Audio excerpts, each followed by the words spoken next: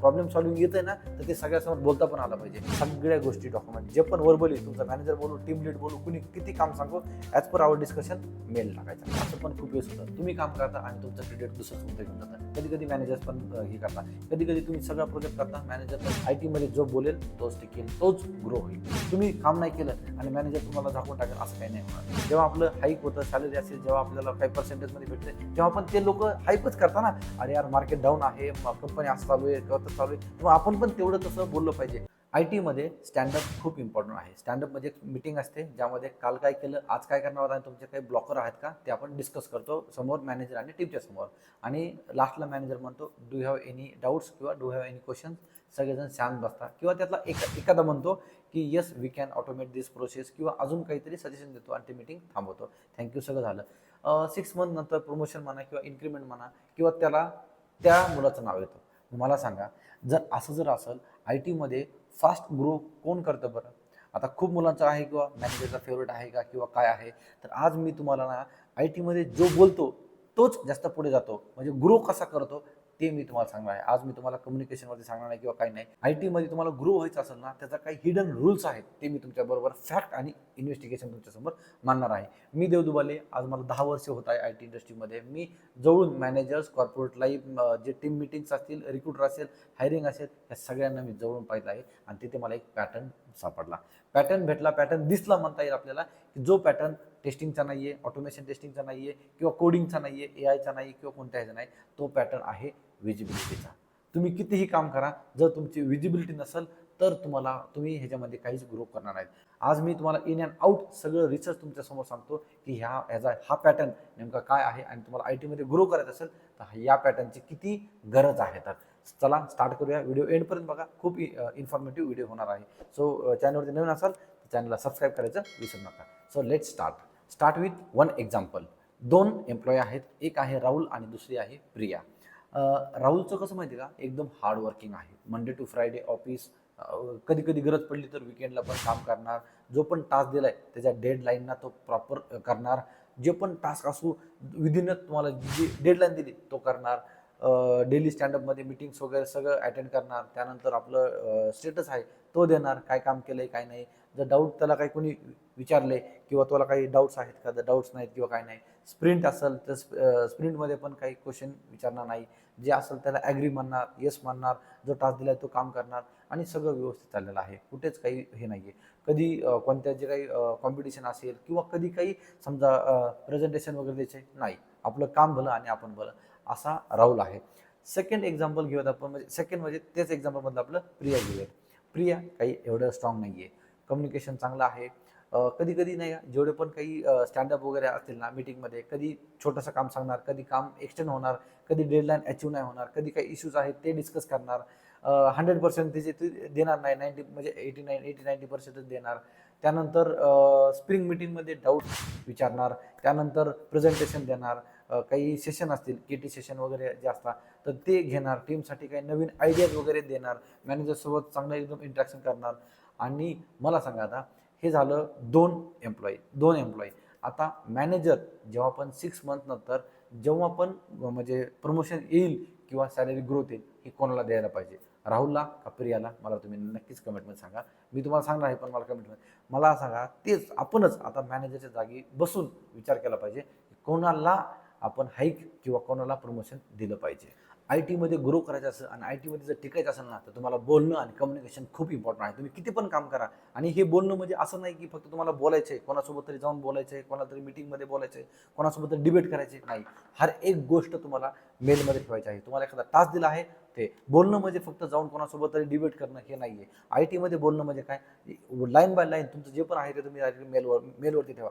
मॅनेजरने सांगितलं तुम्हाला हा टास्क मला फ्रायडेपर्यंत पाहिजे आणि त्याच्यामध्ये जर तुम्हाला दुसरा टास्क दिला तर डायरेक्टली मेलवरती ठेवा. ते मेलवरती तुम्ही डायरेक्टली सेंड करा की हा टास्क मी इथे केलेला आहे, तो टास्क मला थोडासा टाईम लागतो किंवा काय. तर हे त्याच दिवशी किंवा ते डिस्कशन झाल्यानंतर करा. वर्बली चालत नाही. वर्बली जर तुम्ही बोललात तर डे टू डेमध्ये तुम्हाला अपडेट द्यायचं आहे. डे टू डेमध्ये कोणाला बोलायचं आहे, कुणी कितीही सांगू तुम्हाला काय केलं किंवा काय नाही, हे सगळं अपडेट तुमचं मेलवर असलं पाहिजे. मी तेच म्हणतो तुम्हाला, आय टीमध्ये जो बोलला तोच टिकला. कारण कसं आहे ना, की तुम्हाला जर ग्रो व्हायचं असेल ना IT मध्ये, तर फक्त कॉन्ट्रीब्युशन म्हणजे तुम्ही फक्त कॉन्ट्रीब्यूट करून उपयोग नाहीये. तुमच्याकडे लिडरशिप क्वालिटी आहे का? तुमच्याकडे कॉन्फिडन्स आहे का? एखाद्या दिवस जर समजा एखादं प्रोडक्शन डाऊन झालं, एखादं ॲप डाऊन झालं, वेबसाईट डाऊन झाली, तर तुमच्याकडे काय आहे का? तुमच्याकडे काही म्हणजे आयडिया आहे का? तुम्ही काय काय करू शकता? काय कॉन्ट्रीब्यूट करू शकता? अरे फक्त आपलं टास्क दिलं आणि आपण कंप्लीट केलं, हे आपलं काम नाहीये. तुम्हाला प्रॉब्लेम सॉल्व्हिंग करता आलं पाहिजे. प्रॉब्लेम सॉल्व्हिंग येतंय ना, तर ते सगळ्यासमोर बोलता पण आलं पाहिजे. कधी पण एक रूल आहे, तुम्ही जे काम केलं ना, मॅनेजर समोर असो किंवा काय असो, डायरेक्ट बोलायचं, "अरे यार, आज खूप माझे मी काम केलं. आज मी एवढं-एवढं सगळं डेव्हलप केलं. आज मी हे केलं, आज मी ते केलं."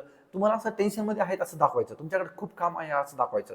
कारण तुम्हाला हे आलं पाहिजे. कारण आपल्याला पण कधी बघा तुम्ही, जेव्हा आपलं हाईक होतं, सॅलरी असेल, जेव्हा आपल्याला काही पर्सेंटेजमध्ये भेटते, तेव्हा पण ते लोकं हाईपच करतात ना. "अरे यार, मार्केट डाऊन आहे, कंपनी असं चालू आहे, किंवा तसं चालू आहे." तर मग आपण पण तेवढं तसं बोललं पाहिजे. "अरे खूप काम केलं यार मी, मला तरी पण काही भेटत नाहीये. मला किती आज रात्री मी 11 वाजता काम केलं, 13 वाजता." अरे मग हे बघणं, हे आपल्याला करणं गोष्टी आहे.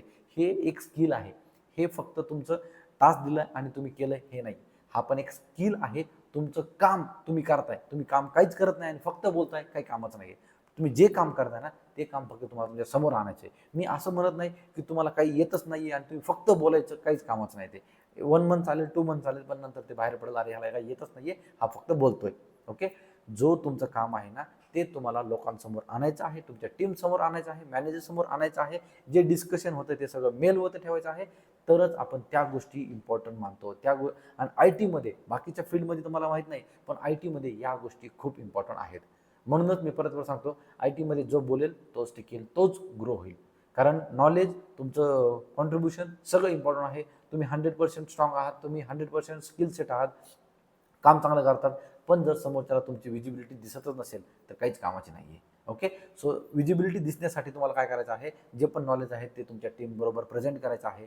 तुम्हाला काही नवीन नवीन आयडियाज तुम्हाला तुमच्या मॅनेजरला द्यायचे आहेत. जिथे काही जास्त टाईम लागतो, ते टाईम रिड्यूस कसा करता येईल, ज्या गोष्टी तुम्ही डेव्हलप करतायत तिथे जे बग आहेत ते कमी कसे होतील. तर ह्याचं प्रेझेंटेशन म्हणा, तुम्ही काही KT सेशन म्हणा, तर ह्या अशा तुम्ही केल्या पाहिजे. आणि त्यांनी काय होतं माहिती आहे का, त्यांनी आपल्या स्वतःचं पण कॉन्फिडन्स वाढतो. स्वतःचा कॉन्फिडन्स वाढतो, स्वतःचं पण आपण एक लिडरशिप क्वालिटी त्या आहे. हां, आपण इंडिव्हिज्युअली टास्क करतो ते पण चांगली गोष्ट आहे. इंडिव्हिज्युअली टास्क पण केलं पाहिजे, कॉन्ट्रिब्युटर पण पाहिजे, पण सोबत लिडरशिप क्वालिटी पण पाहिजे. ओके. आपण एखादा प्रोजेक्ट घेतला तर आपल्याला तो स्टार्ट टू एंड करता येतो का, ते पण असलं पाहिजे.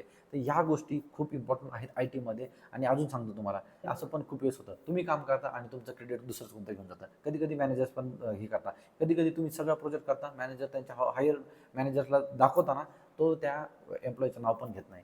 हे असं आम्ही केलं, तसं केलं का? कारण तो एम्प्लॉई पुढे येऊन बोलू पण शकत नाही, की मी केलेलं काम तुम्ही कसं काय सांगू शकता, किंवा माझं नाव कसं काय घेतलं कुठे, आणि तुम्ही मला काही सुद्धा क्रेडिट दिलं नाहीये, कारण तो बोलू शकत नाही. तर हे जे ज्यांच्याकडे जर समजा हा कॉन्फिडन्स नसेल ना, त्याचं खरंच IT मध्ये तो ग्रो करू शकत नाही. हां, तात्पुरता थोडे दिवस तो 5 मंथ, 6 मंथ, 1 इयर, 5 इयरपर्यंत तो जाऊ शकतो. त्यानंतर त्याचं विजिबिलिटी खरंच तो अनविजिबल होऊन जाईल. तुम्हाला विजिबिलिटी दाखवण्यासाठी ह्या गोष्टी करणं खूप खूप जास्त गरजेचं आहे. म्हणजे काय, की तुम्हाला मीटिंग्समध्ये बोलायचं आहे, काही क्वेश्चन्स विचारायचे आहेत, आयडिया शेअर करायचे आहे, काही प्रेझेंटेशन द्यायचं आहे, मॅनेजरला न्यू आयडिया द्यायचा आहे, टीममध्ये काही जर असेल ना कुठं KT सेशन वगैरे, तिथं तुम्हाला इन्व्हॉल्व व्हायचं आहे. काही जर तुमच्याकडे काही हॅकॅथॉन वगैरे असेल तर तिथं तुम्हाला इन्व्हॉल्व व्हायचं आहे. ह्याने काय होतं, तुमची विजिबिलिटी वाढते. ओके. तर जेव्हा पण तुमचं प्रमोशन येईल, जेव्हा पण तुमचं इन्क्रिमेंट असेल ना, तर त्या डिस्कशनमध्ये तुम्ही बोलू शकता, की मी माझ्या कामाव्यतिरिक्त ह्या पण गोष्टी केलेल्या आहेत. भलेही तुम्ही तुम्हाला 100% काम करत असाल ना, तर 60-70% काम करा, पण बाकीच्या 20-30%मध्ये या गोष्टी इम्पॉर्टंट आहेत.